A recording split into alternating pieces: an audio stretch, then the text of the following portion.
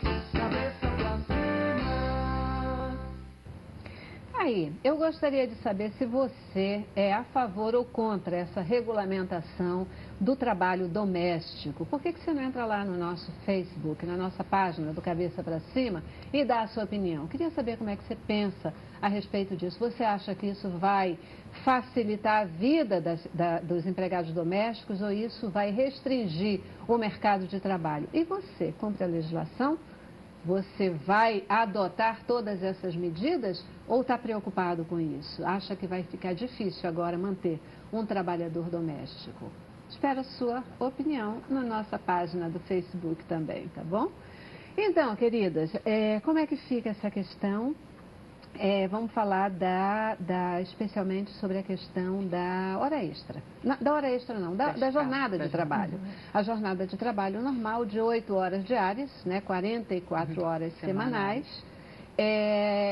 Como é que isso pode ser utilizado? Isso pode ser utilizado em 5 dias da semana, pode ser utilizado em 6 dias da semana, podem ser menos de 8 horas por dia para trabalhar de domingo a domingo, como é que funciona? Como é que fica isso? 44 horas semanais é o máximo. Essas 44 horas podem ser divididas durante a semana, garantido o repouso semanal remunerado. Um dia na semana tem que ser de descanso. Então, podem ser distribuídas da forma que as partes, empregado e empregador, decidirem. O ideal é que isso seja feito por escrito ou anotado pelo menos na carteira, né, a jornada direitinho ali, para não ter nenhum tipo de controvérsia amanhã ou depois. E tem que ser garantido também o intervalo intra-jornada, né, diária, de 30 minutos até 2 horas para a refeição desse empregado.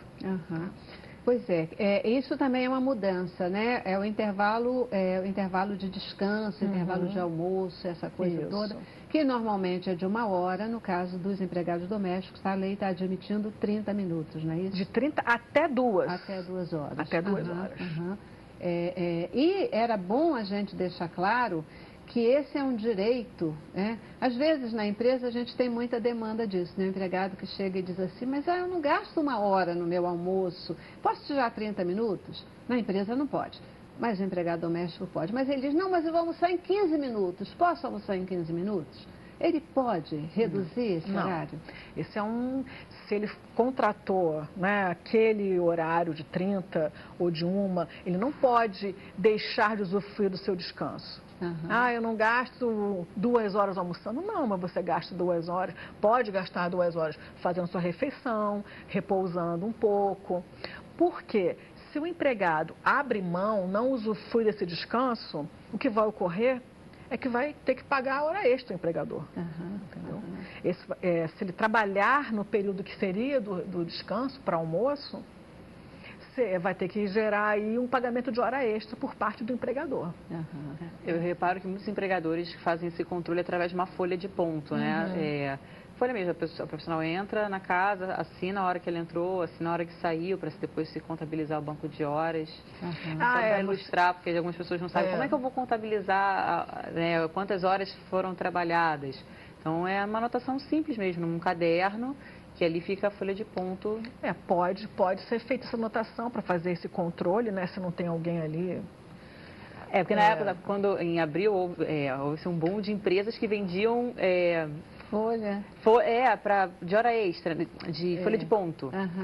Automáticas, mecânicas, mas acho que isso não vingou, não. E na prática o que eu vejo é folhinha mesmo, caneta e papel. Porque imagina dentro de casa, uma máquina é um negócio complicado. Só acrescentando essa questão da jornada, em relação, né, se ultrapassar a jornada contratada, se ela for além das 44 horas, aí tem o pagamento de hora extra. E a hora extra, o valor é o valor da hora normal acrescido de 50%. Perfeito. E se essa doméstica, esse trabalhador doméstico, ele trabalhar num feriado, quanto custa esse feriado? O pagamento tem que ser feito em dobro. Então, o adicional aí é de 100%. Perfeito, é de 100%. A hora, esse dia, qualquer hora desse dia já vai valer 100%. Feriados nacionais, municipais. Quaisquer feriados. Mesmo aqueles que sejam só locais, se for feriado. Se ela está no local do feriado, né? Se o local de trabalho é o local, o feriado municipal, Aham. Ele vai, o pagamento é 100% E a mesma hora coisa extra. em relação à folga semanal. Aham. Se houver o trabalho na folga semanal, também tem que haver esse pagamento dobrado. E não pode sempre subtrair a folga, né? Não. Uma vez ou outra, tudo ainda pode, mas isso não pode se tornar uma rotina. Com certeza a pessoa não. tem que ter o direito Com da certeza folga não, exatamente. semanal. Agora, essa legislação traz uma novidade aí em relação a essa questão de jornada de trabalho. Por exemplo, cuidadores, etc., que era um problema muito grande, porque 8 horas, às vezes, se torna inviável, você precisa ter 3 cuidadores, às vezes. A lei está dando uma nova abertura, né? A possibilidade de jornadas 12 por 36. Como é que é essa história da jornada 12 por 33? A escala 12 por 36 já é muito praticada com um cuidador de idoso, né? Onde uma profissional... Mas para que você tenha alguém 24 horas assistindo aquele idoso, são necessários 3 profissionais nessa escala. Então, são 3 profissionais para que a família esteja 24 horas, 7 dias de semana com um cuidador dentro de casa. Eu aconselho essa escala quando o idoso já é um idoso acamado, que não está tão consciente do que acontece à sua volta, porque eu acho que é muito desconfortável toda hora alguém cuidando de você. Chega um, vai dar o banho, aí quando é o jantar quem dá é o outro, o almoço quem dá é o outro. Isso num cuidador que já é comum essa prática de escala, plantão, né? Que eles chamam de plantão. No caso da babá, Que a lei está que eu acho que, sim, vai levar um tempinho para entrar na prática, porque na cabeça de uma mãe, de uma criança, uma hora é uma tia, uma babá, daqui a 12 horas é outra, e a 12 horas é outra, não sei como funciona isso com uma babá, não. Nem escola é assim que funciona. Mas é o que a lei está... A lei, assim, não é obrigada a contratação de babá no regime dessa escala, de 12 de trabalho por 36 de descanso. É uma opção.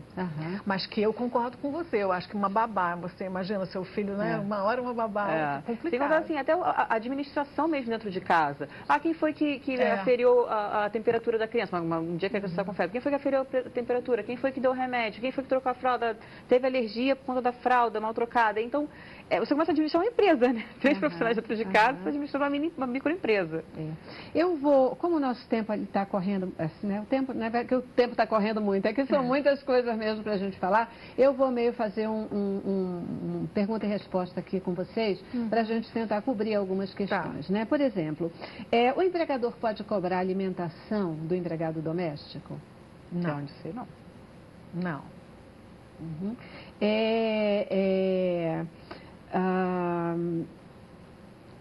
Agora fui eu que me perdi aqui. Uma pessoa que tem uma empresa individual, por exemplo, ela tem uma empresa e agora, como tem essa nova legislação, essa coisa toda, fica mais fácil, mais simples. Eu posso contratar um empregado doméstico pela minha empresa?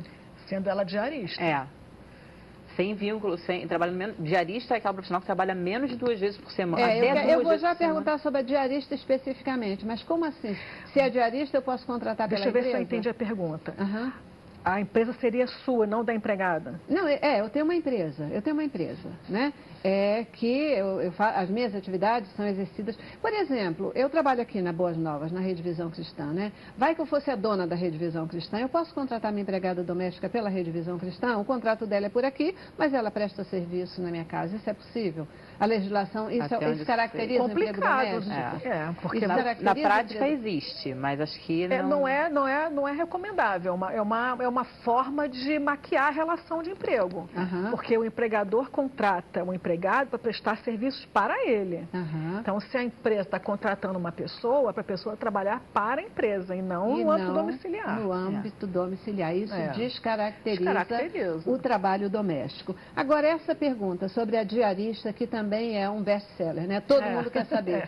Porque sempre ficou aí uma dúvida sobre a diarista. O que caracteriza a diarista? Trabalho 2 vezes por semana, 3 vezes por semana, e muita gente ainda entendia que até 3 vezes por semana não tem problema, a gente está caracterizando a diarista. A nova lei faz o quê? Até 2 vezes por semana.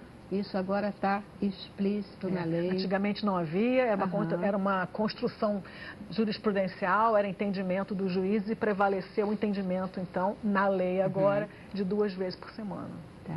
Aquela questão do INSS, o empregador doméstico, o valor de recolhimento do INSS é menor do que de uma empresa normal, né? Isso traz algum prejuízo para a aposentadoria, para o futuro, para os direitos desse trabalhador em relação ao INSS? Eu creio que não, porque você vai ter que respeitar de qualquer maneira o piso, né, mínimo de recebimento do benefício. Então, eu acho que isso não vai... Eu acho que essa é mais uma questão da previdência, do fundo previdenciário, mas para o trabalhador eu acho que não faz diferença. A lei já está valendo? Ou o que ainda não está valendo? O que depende ainda de regulamentação? Depende apenas agora do veto de alguma parte pela presidenta. Da possibilidade dele. Possibilidade de. E o que se cogita é que ela vai vetar a contribuição suplementar de 3,2% do fundo. Só, porque eu acho que o resto já está mesmo sacramentado. Ainda que ela vete essa contribuição, essa formalização da contribuição, mantém o direito do recebimento da multa. Com certeza, não vai influir. Não vai influenciar o direito da multa. O que se discute seria essa invasão, assim, né, na seara do empregador, de forçá-lo, obrigá-lo a essa provisão, né? O que até daria uma diferença entre ele e o empregador normal, em comum, geral, né? Se é para igualar, por que estamos, então, prevendo essa diferenciação, né? Ok, então eu vou aí para o meu último intervalo e a gente volta para as nossas considerações finais aí sobre esse novo momento e questões de impactos e recomendações de vocês ainda para os nossos telespectadores, tá bom? Vamos lá. Cabeça pra cima. Eu quero